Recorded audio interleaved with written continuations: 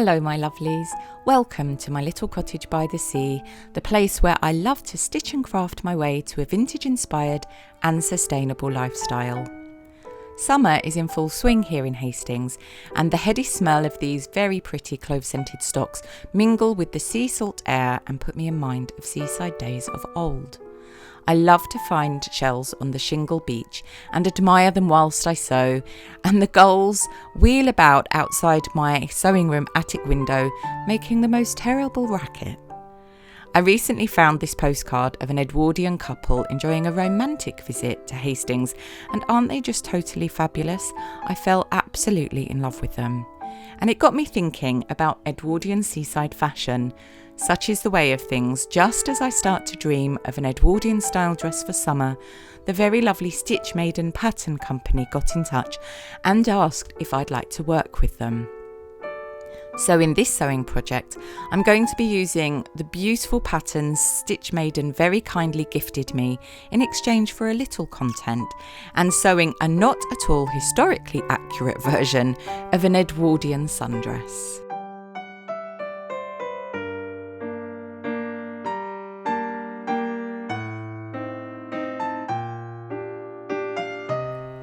The Kalina blouse comes as a PDF pattern, and you have lots of options to sew. I would say that this is a wonderful pattern if you're a very confident beginner and you want to challenge yourself to something a little bit more complicated. The instructions and all the information that come with this pattern in the download are absolutely the most amazing that I have ever seen of any pattern company ever. Very, very detailed, clear and easy to follow, and also very pretty to look at.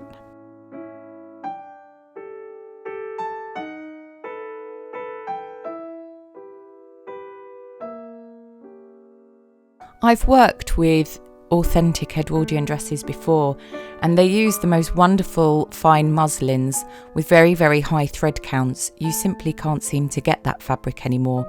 So I'm using a white muslin, which is lovely and soft. And then I had this idea of embroidering tattoo style nautical symbols onto my Edwardian dress. See, I told you it wasn't historically accurate. And I've been reading this book all about vintage tattoos and the history of tattoos. Absolutely fascinating. You may know, if you spend time with me here in my little cottage by the sea, that I'm rather partial to a tattoo, and I love the idea of putting a shark, a most beautiful and maligned beast, on my dress somewhere. Maybe on the yoke here. I'm going to be doing this version with the yoke. I printed out the instructions, the booklet, which are very comprehensive, at home, but I actually got the A0 version copied at Fabric Godmother. I've never used them before, but their service is incredible. I used to use someone else. I won't name names, but I'm far more impressed with Fabric Godmother. The quality of the paper was just perfect, and I had a lovely time cutting out this pattern, which I'm very, very excited to sew.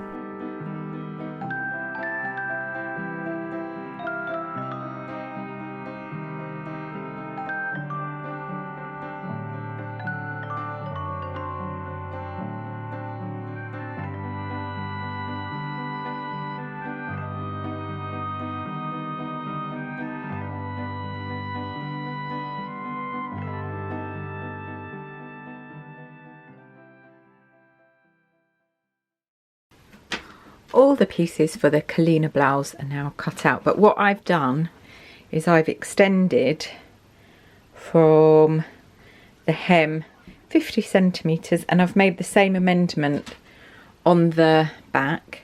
Then what I'm going to do is put a frill on the hem, and because this is a drawstring, you drawstring it in and you get the look of sort of Edwardian tea gown, but wear it on the beach.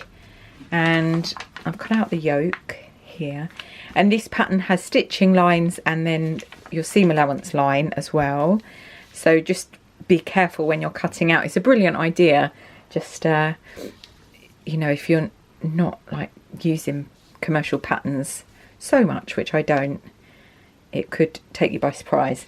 So just double check. because you want to cut out accurately. It says to cut out 1 yoke on the fold, but I'm going to do 2. I'm going to face my yoke, so I'm going to do a double yoke, do some kind of burrito construction method, and I did a tutorial on this, so I'll pop that in the cards. But everything is cut out, and I'm being a bit lazy. They do give you this piece here for bias binding for, not entirely sure what bit that's for, haven't looked, but I might be lazy and just buy some bias binding because I don't quite have enough fabric left over, but we shall see. So I've made this amendment, and now I'm going to read through the instructions very carefully and then pop through all the notches and work out what I'm doing. The instructions are very comprehensive, so I'm sure it will all be straightforward. And because I want to embroider this, I'm wondering whether I embroider before I sew or I embroider after I sew. We shall see.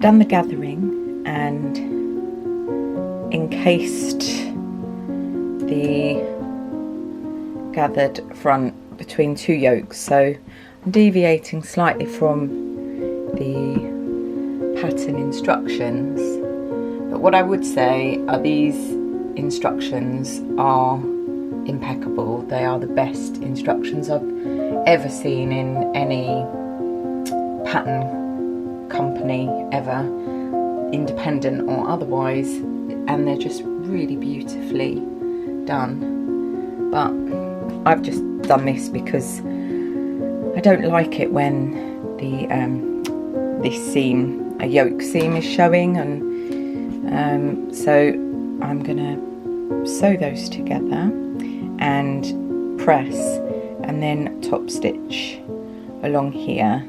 And I might just machine tack the shoulder bits together to make life a bit easier.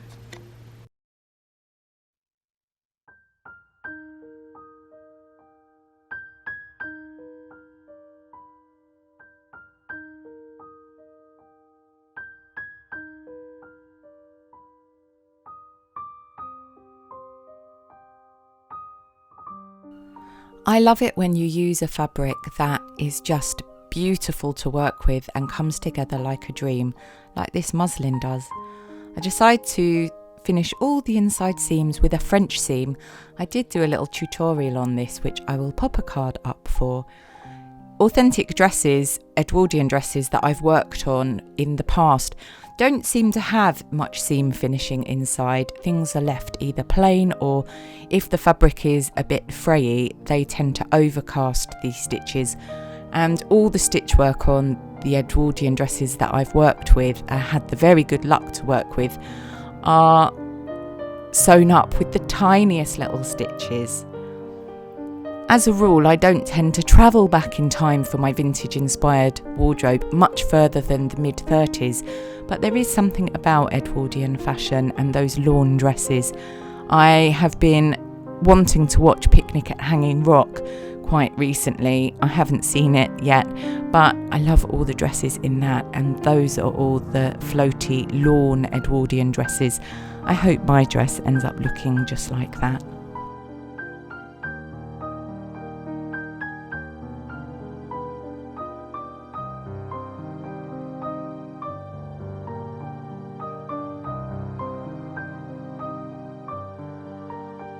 Once you've sewn the main body of the blouse, or dress in my case, together, you put on the channel for the drawstring. You could, of course, put an elastic channel in if you would like. In retrospect, I think I should have lowered this drawstring slightly, as it's ever so slightly high on me. So I may go back and take the drawstring off or move it down or add the elastic instead.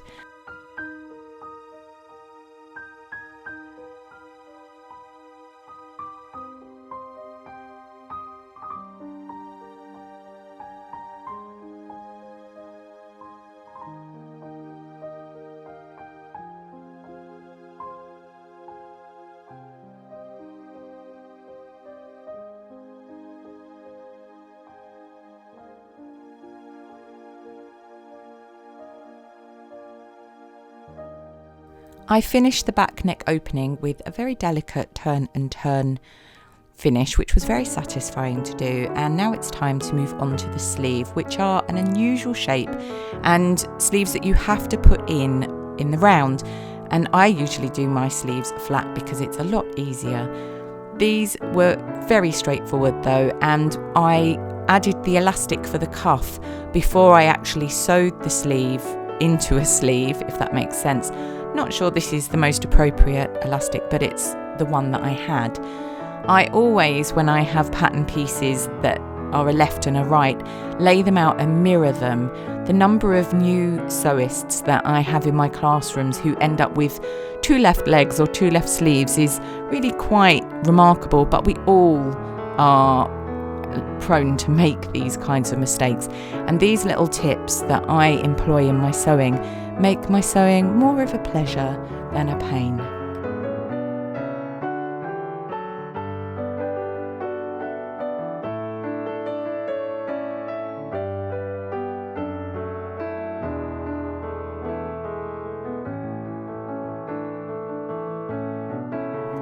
I'm using exactly the same method to sew on this elastic as I do when I'm sewing lingerie. So I have a zigzag stitch, and on my Bernina Bertha, the setting is for width 4 and stitch length 4, which seems to cover the width of elastic perfectly, and it gives a really good finish. I'm really pleased, and for once I managed to sew an elastic cuff that does not dig into my skin.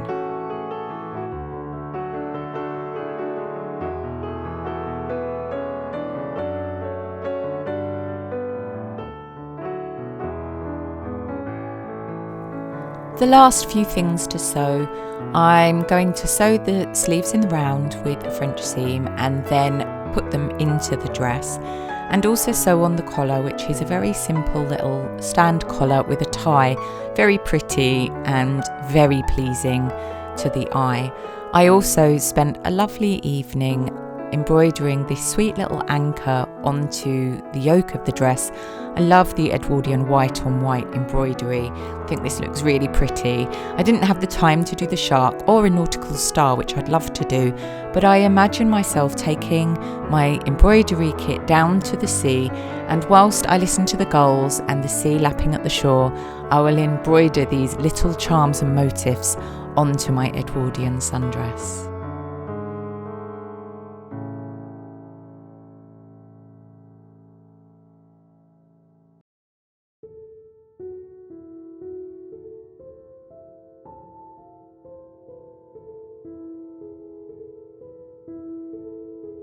I really love the magic of stitch, where you can imagine and dream a garment that you absolutely would love in your wardrobe, and because you know some simple skills and techniques, you're able to make that dream a reality.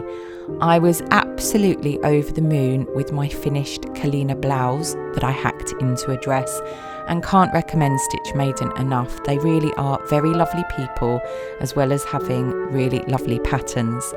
I wore my dress all day and I was stopped twice and complimented, which is always a wonderful thing. And I also learned that it's very difficult to put up and put down an umbrella, a constant companion, because me and the sun are not the best of friends. Thank you so much for spending time with me today as I sew my Edwardian Sundress in my little cottage by the sea. I hope you've enjoyed it, and it's been lovely to have you here. If you haven't already subscribed, then I would really love to share more of my sewing adventures with you. So please press subscribe and come and hang out with me and the noisy seagulls again. Wherever you are in the world, my lovelies, I hope you're keeping safe and well. Until next time.